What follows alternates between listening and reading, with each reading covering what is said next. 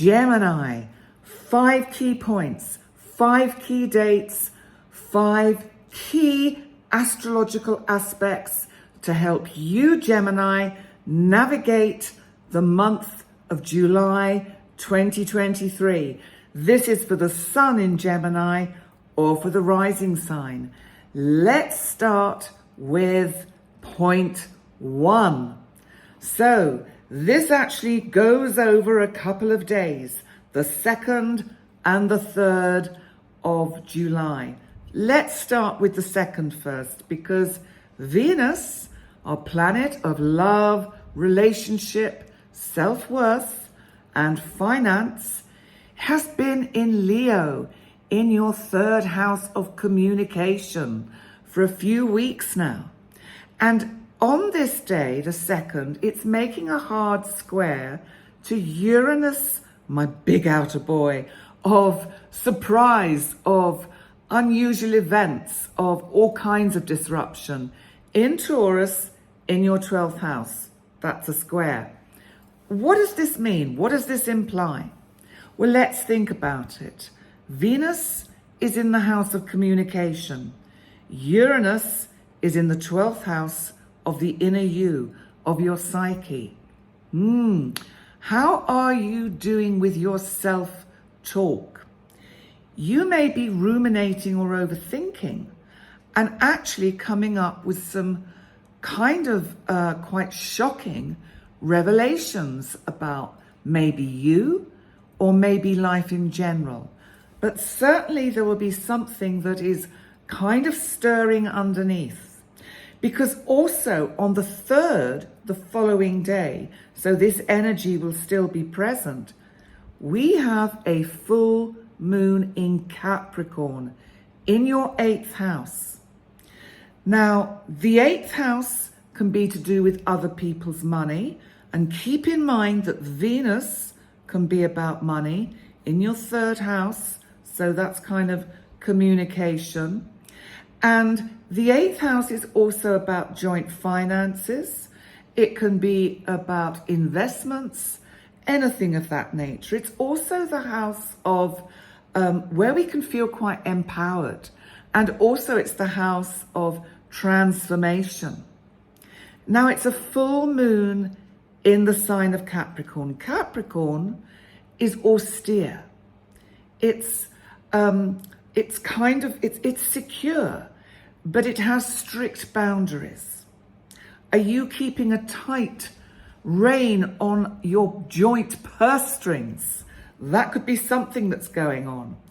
And we have to look to the energy of the 2nd house, which of course is Cancer. And we have to think, what's going on with your finance in general? So do you need to let go of something? Is there something in your life that's draining some of your hard-earned resources?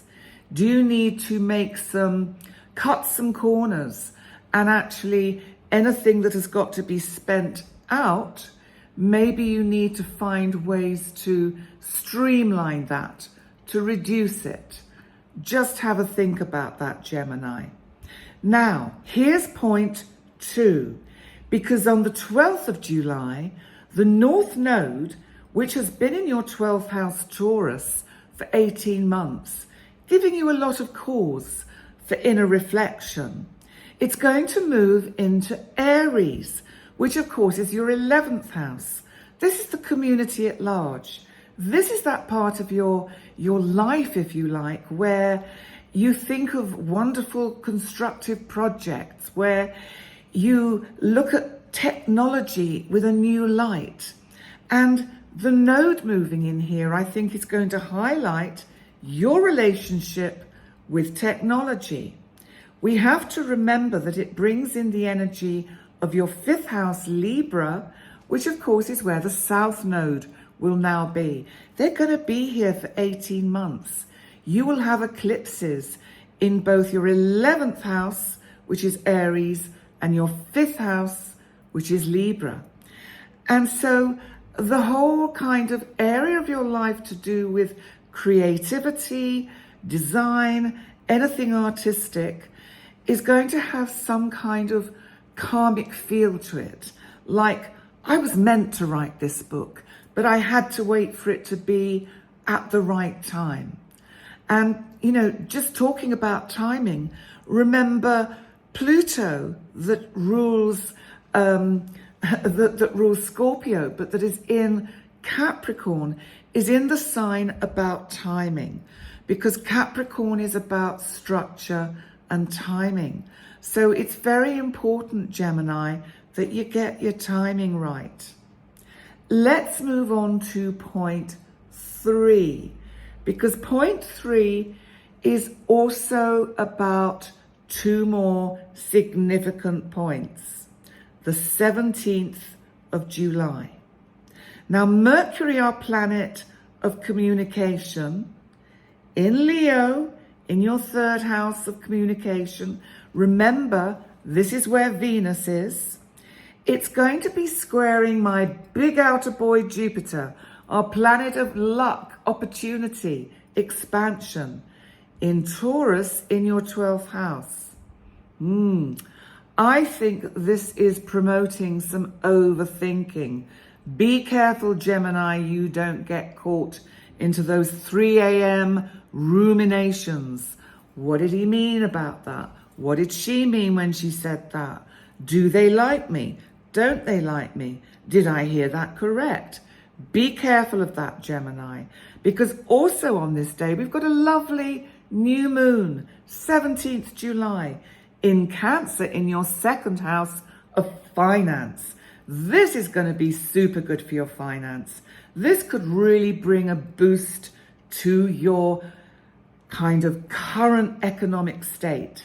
So think about that, and think of ways that you can like manifest or manage new ways to bring income into your life. This could open up a new income stream.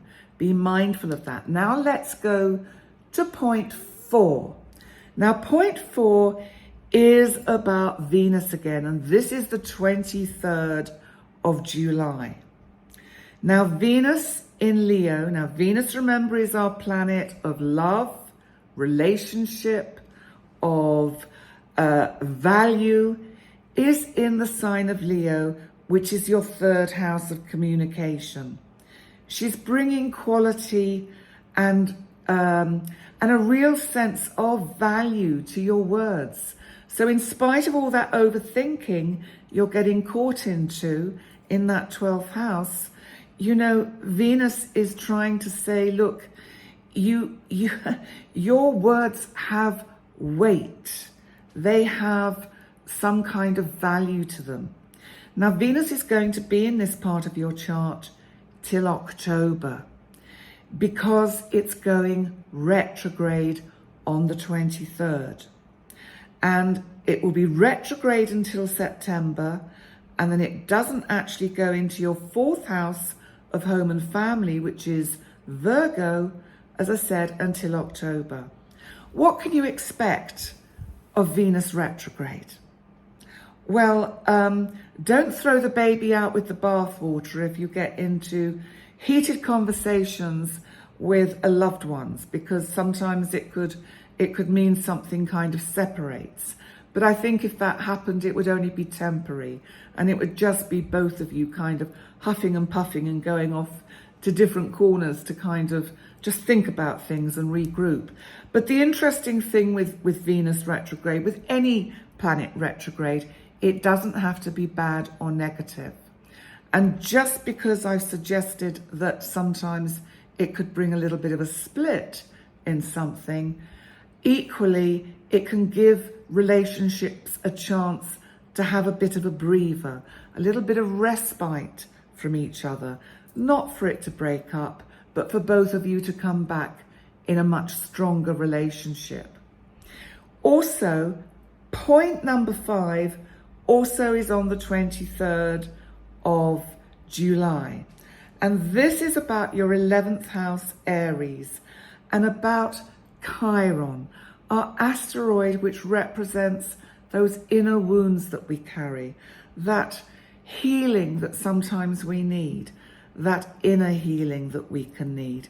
Now, Chiron is turning retrograde, and I feel that how this will play out for you is in actually giving you a kind of opportunity really to just be mindful and look at all the kind of avenues of projects that you've got planned out for yourself, and to just streamline them a bit, to just think, is this really serving me well? Is this really what I need at the moment? And, you know, sometimes, Gemini, because you have such an active mind, you overthink a lot of things, and so much information is coming in and you're alert and you're picking it up all over the place.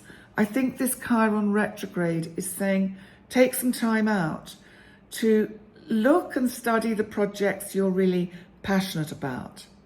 Just take some time whilst it goes through this retrograde period, and also to heal any of your own kind of overthinking wounds that you might get into.